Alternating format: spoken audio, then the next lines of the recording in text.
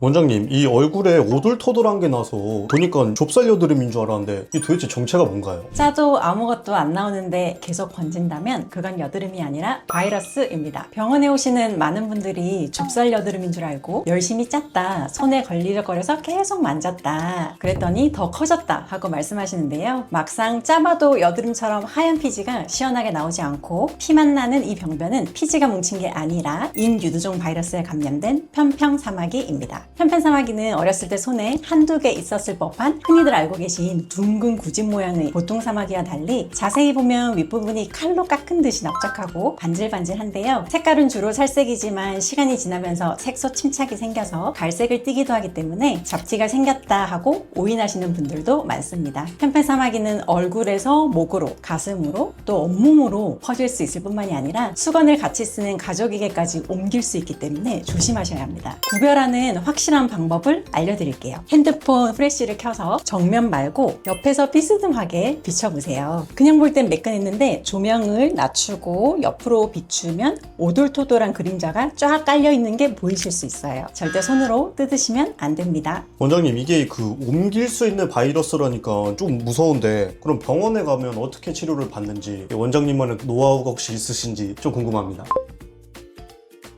좋은 레이저 기계 사실 다 비슷합니다. 진짜 실력 차이는 눈에 안 보이는 것을 찾아내는 의사의 꼼꼼함과 정성에서 나옵니다. 보통 병원에 오시면 점을 제거하는 레이저인 시오트 레이저나 어뷸야그 레이저로 편편하게 올라온 사마귀를 가볍게 걷어내는데요. 그런데 사실 눈에 띄는 것만 빼는 건 어려운 게 아니고요. 치료의 승패는 지금 막 올라오려는 투명한 아기 사마귀를 찾느냐 못 찾느냐, 그리고 후 관리에 대한 적절한 교육이 이루어지느냐 그렇지 않느냐에 따라 갈립니다. 저는 시술할 때 조명을 아주 중요하게 생각하는데요. 조명을 비스듬히 눕혀서 측면광으로 보면 일반 조명에서는 안 보이던 숨어있는 녀석들이 다 보입니다. 이 씨앗들을 남겨두면 한 달 뒤에 다시 생길 수 있기 때문에 이걸 숨은 그림 찾기 하듯이 하나하나 다 찾아내야 합니다. 오늘 이 환자분 얼굴에 있는 건 내가 다 뿌리까지 뽑는다, 집요한 마음과 충분한 시간을 들인 정성이 저의 노하우지 않을까 싶습니다. 원장님, 이거 사람들이 율무팩이나 스크럽하면 없어지는 줄 알고 있는데 이렇게 집에서 이 방법을 해도 되는 건가요?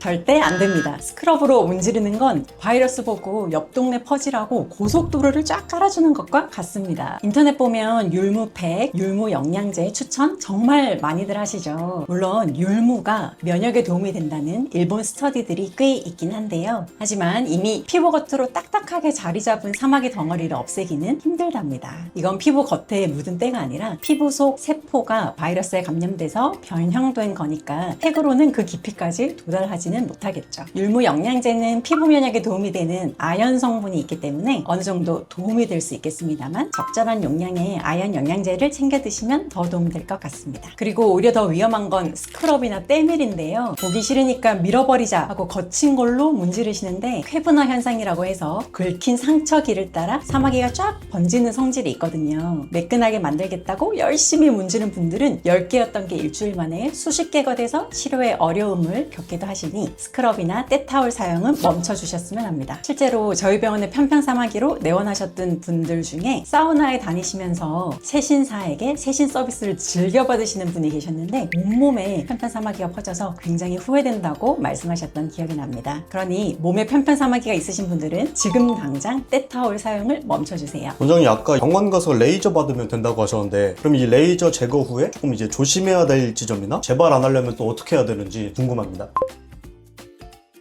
편편사마귀는 완치가 아니라 관리입니다. 잡초를 뽑듯이 보이는 즉시 오시는 게 비용과 시간을 아끼는 방법인 것 같습니다. 솔직하게 말씀드릴게요. 레이저로 겉을 깎아냈다고 해서 몸속의 바이러스가 100% 사라지는 건 아닙니다. 우리 몸의 컨디션이 떨어지면 언제든 숨어있던 녀석들이 다시 올라올 수 있기 때문인데요. 하지만 너무 좌절하지 않으셔도 됩니다. 재발을 막는 3가지 원칙을 알려드리도록 할게요. 첫 번째는 면역력입니다. 사마귀는 다른 바이러스들처럼 면역이 떨어질 때 전염률도 높고 스스로 주변으로 퍼지는 자가 접종 또한 많이 하게 되는데요. 수면이나 스트레스 관리를 잘 하여 전신 면역을 잘 관리하는 것뿐만이 아니라 피부에 염증이 있다는 것은 피부 면역력이 떨어졌다는 말이므로 여드름 등 피부염이 생기면 얼른 치료를 받는 것도 도움이 됩니다. 그리고 두 번째는 절대 손으로 문지르지 마세요. 때타올로 밀거나 세안 디바이스를 사용하는 거나 긁는 습관으로 오히려 사마귀를 퍼뜨릴 수 있으니까 오늘부터는 딱 끊으셔야 합니다. 셋째는 빠른 AS입니다. 치료하고 3개월, 6개월 뒤에 거울을 한번 자세히 보시고요. 한두 개가 살짝 올라와 있을 때 그때 바로 오셔서 치료를 받으시면 시술 비용도 훨씬 아낄 수 있습니다.